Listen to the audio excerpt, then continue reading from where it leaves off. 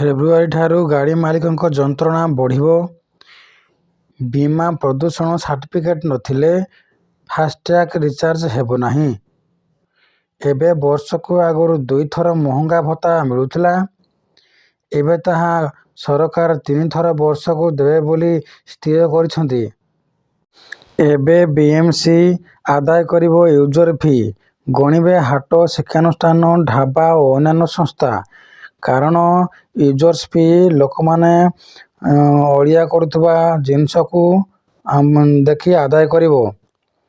ପୁଣି ଆଉ ଜଣେ ମୋବାଇଲ ଦେଖୁଥିଲେ, ଖରାପ ଭିଡ଼ିଓ ଦେଖିବାରୁ ଧରାପଡ଼ିଲେ। ଏବେ ଧରା ପଡ଼ିଯିବାରୁ ତାଙ୍କୁ ଗିରଫ କରାଗଲା, ଯାହାଫଳରେ କି ତାଙ୍କ ଅବସ୍ଥା ଏବେ ଖରାପ।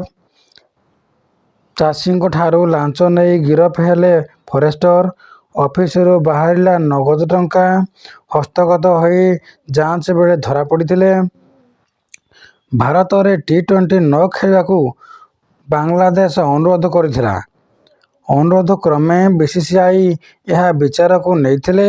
ବିସିସିଆଇ ବିଚାରକୁ ନେଲା ପରେ ଏହା ଖାରଜ କରିଦେଇଥିଲେ, ଯାହାଫଳରେ କି ଭାରତରେ ବାଂଲାଦେଶ ଖେଳିବାକୁ ଟି-20 ବାଧ୍ୟ। ଭୁବନେଶ୍ୱର ମଟନ ବିରିୟାନୀ କହି ବିକ୍ରି କରିବେ ଗୋମାଂସ। ବିରିୟାନୀ ଭିତରୁ ବାହାରିଲା ଗାଈ ଗୋଡ଼, ଯାହାଫଳରେ କି ଗୋମାଂସ ବର୍ତ୍ତମାନ ବିକ୍ରି ଚାଲିଅଛି। ଜଣେ ମହିଳା ୟୁଟ୍ୟୁବର କସ୍ମେଟିକ୍ ସର୍ଜରୀ କରି ଜୀବନ ହାରିଲେ।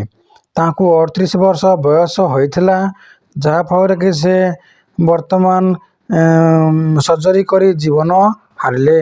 ଶୀତ କଟୁଛି କଲବଲ ଜାଡ଼ରେ, ଥରୁଛି ଓଡ଼ିଶା। ଶୀତ ଆହୁରି 10 ଦିନ ଲଗାତାର ବଢ଼ିବ ବୋଲି ପାଣିପାଗ ବିଷୟରୁ ସୂଚନା। ବ୍ରହ୍ମପୁର ଏମ୍କେସିଜି ମେଡିକାଲରେ ସାମ୍ନାକୁ ଆସିଲା ଅବହେଳିତ ଅପରେସନ। ଚାଲୁଥିବା ସମୟରେ କଟିଲା ବିଦ୍ୟୁତ୍, ଯାହାଫଳରେ କି ଅପରେସନ ଅଧାରୁ ବନ୍ଦ ହୋଇଯାଇଥିଲା। ବରଗଡ଼ ନାବାଳିକା ଦୁଷ୍କର୍ମ ମାମଲା, ଦୋଷୀ ସାବ୍ୟସ୍ତ ଅପରାଧୀଙ୍କୁ ଫାଶୀ ଦଣ୍ଡାଦେଶ ଜାରି କଲେ କୋର୍ଟ, ଯାହାଫଳରେ କି ସେ ନାବାଳିକାଙ୍କୁ ଧର୍ଷଣ କରିଥିବାର ଅଭିଯୋଗ ଧରାପଡ଼ିଥିଲା।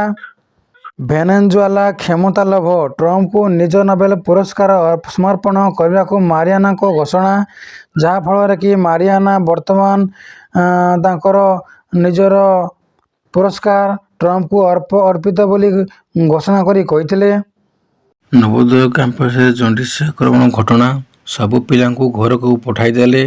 ଜାନୁଆରୀ 14 ଯାକେ ବର୍ତ୍ତମାନ କ୍ୟାମ୍ପସ ଖାଲି। ହାଡ଼ଭଙ୍ଗା ଜାଡ଼ରେ ଥରୁଛି ଓଡ଼ିଶା।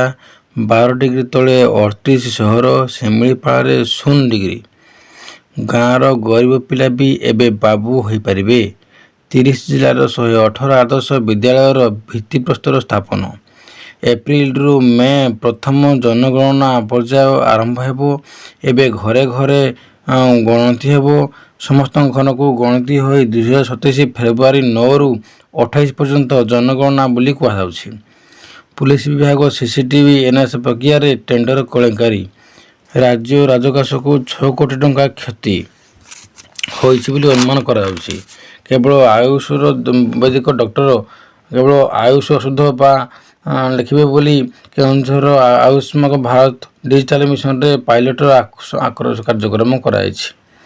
ଭାଲୁପାଲିରେ ମର୍ମନ୍ତୁଦ ଦୁର୍ଘଟଣା, 2 ମୃତ ଓ 5 ଗୁରୁତର।